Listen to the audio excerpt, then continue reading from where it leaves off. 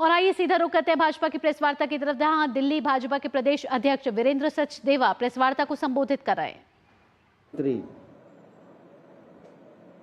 वहां जाने की हिम्मत नहीं जुटा पाया है। प्रेस कॉन्फ्रेंस कर कर सिर्फ पल्ला झाड़ना है। और जो उन्होंने अनाउंस किया है कि कोचिंग इंस्टीट्यूट रेगुलेशन एक्ट लाना है, जैसा प्रवीण जी ने कहा, मैं भी एक ही बात कह रहा हूं, इस एक्ट को लाने से पहले वहां जो फौरी उपाय करने हैं उसके बारे में उनकी क्या राय है, उसका एक शब्द नहीं बोला उन्होंने।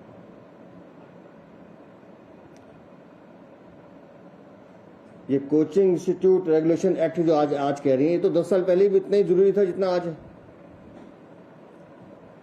और सिर्फ कोचिंग इंस्टीट्यूट क्यों, मैंने खुद आप लोगों के चैनल्स पे देखा है कि जिस तरह से बच्चे पीजी हाउसेज में रह रहे हैं, जैसे दबड़ों में ठूस दिया जाता है, उस पीजी हाउसेज के बारे में एक शब्द नहीं बोल रहे हैं।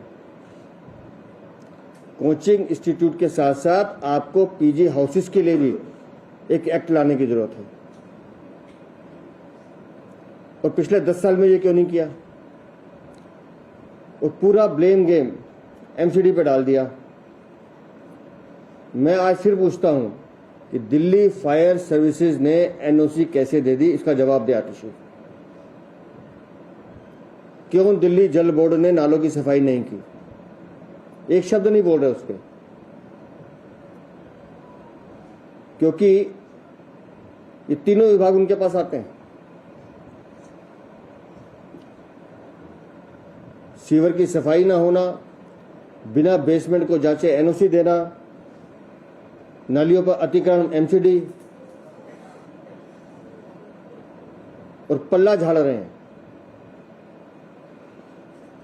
ये एक इंजीनियर सस्पेंड कर दिया, टर्मिनेट कर दिया, हमारा काम खत्म।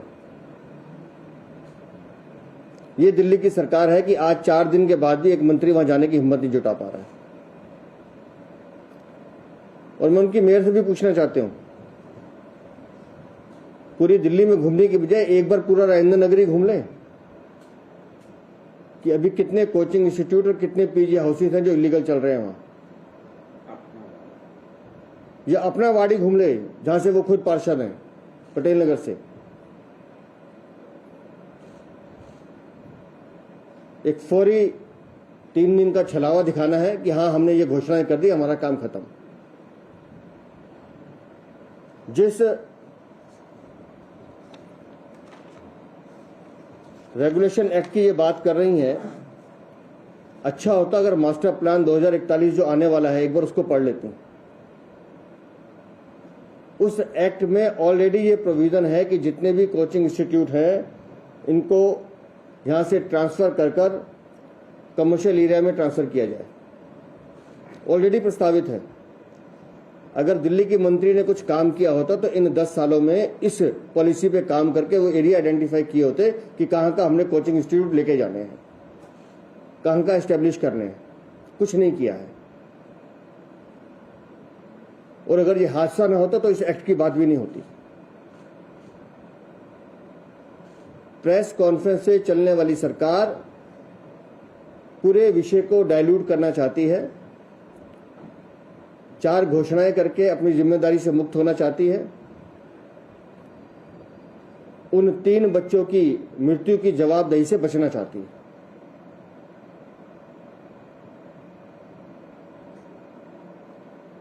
उनको जवाब देना पड़ेगा कि 10 साल में आपने किया क्या है।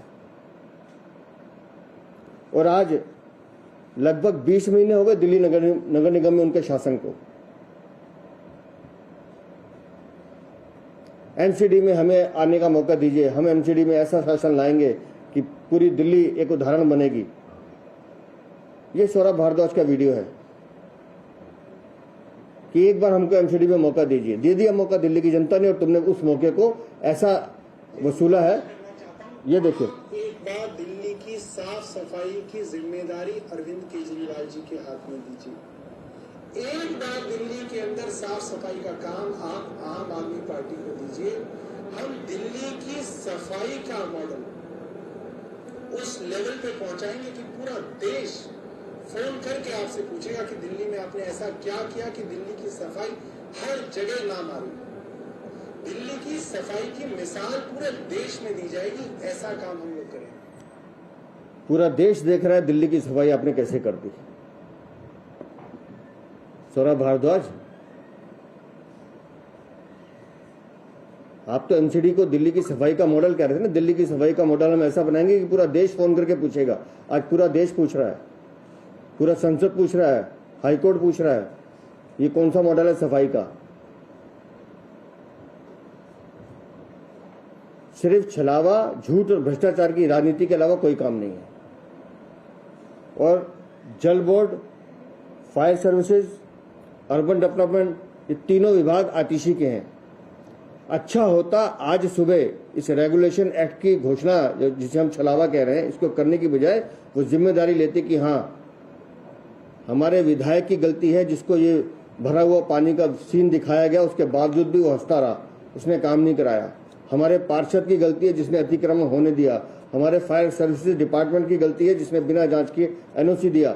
और ये जिम्मेदारी मैं लेती हूँ, इस्तीफा देती हूँ। लेकिन इतना कहने का गुदा आतिशी में है नहीं, क्योंकि नैतिकता नाम की कोई चीज बची नहीं है।